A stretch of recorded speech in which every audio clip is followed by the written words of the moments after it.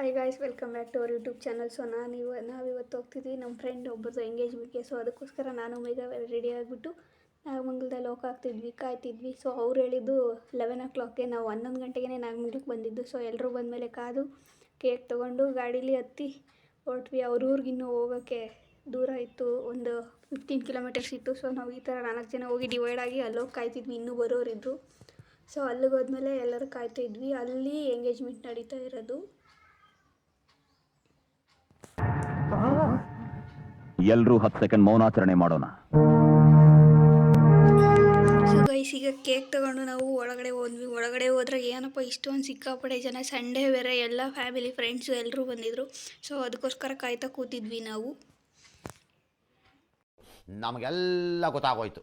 So finally stage ಹತ್ರ ಹೋದ್ವಿ. Stage ಹತ್ರ ಹೋದ್ರೆ ಅಲ್ಲೂ ಜನ ಇದ್ದರು. ಸೊ ನೆಕ್ಸ್ಟ್ ನಮ್ಮನ್ನು ಅವ್ರ ಫ್ಯಾಮಿಲಿಯವ್ರು ಕರೆಸಿ ಕೊಟ್ಟರು, ಜಾಗ ಮಾಡಿಕೊಟ್ಟು. ಸೊ ಕೇಕ್ ಇಟ್ಟು ಅಲ್ಲಿ ಸೆಲೆಬ್ರೇಟ್ ಮಾಡಿದ್ವಿ ಒಂದು ಸ್ವಲ್ಪ.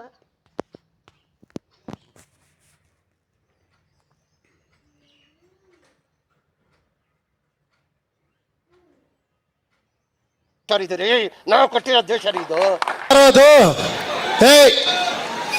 ಹಿಂದ್ಗಡೆ ಸೈಲೆಂಟ್ ಆಗಿರಪ್ಪ, ಬರೀ ಇಂಥದೆಯಾ. ಸೊ ಗಾಯ್ಸ್, ಕೇಕ್ ಏನು ತಂದ್ವಿ, ಸೆಲೆಬ್ರೇಷನ್ ಅವ್ರಿಗಾಯ್ತು. ಬಟ್ಟೆಗೆ ನಮಗೆ ಬೇಕಲ್ಲ ಅಂತ ಊಟಕ್ಕೆ ಕರ್ಕೊಂಡು ಹೋದ್ರು. ಸೊ ಊಟಕ್ಕೆ ಕರ್ಕೊಂಡೋಗಿ ಊಟಕ್ಕೆ ಕೂತ್ರೆ ಊಟದಲ್ಲಿ ಎಲ್ಲ ವೆರೈಟೀಸು ಚೆನ್ನಾಗಿತ್ತು, ಎಲ್ಲ ಊಟನೂ ಚೆನ್ನಾಗಿ ಮಾಡಿದರು.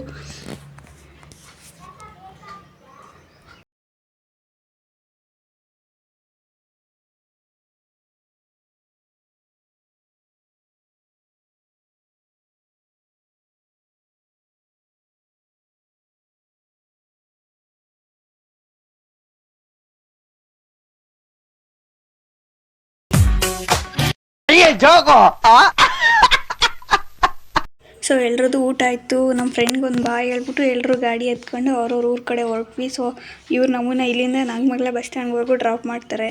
ಸೊ ಫಸ್ಟ್ ಅವ್ರು ಹೊರಟ್ರು, ನೆಕ್ಸ್ಟ್ ನಾವು, ನಮ್ಮಿಂದೆ ಅವ್ರು ಬರ್ತಾರೆ, ಇನ್ನು ಪವನ್ ಅವರು.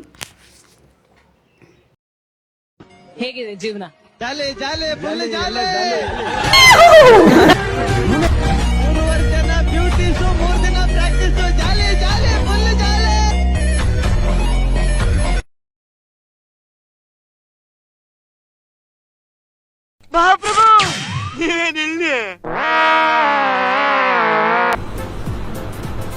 ಅಷ್ಟೇ.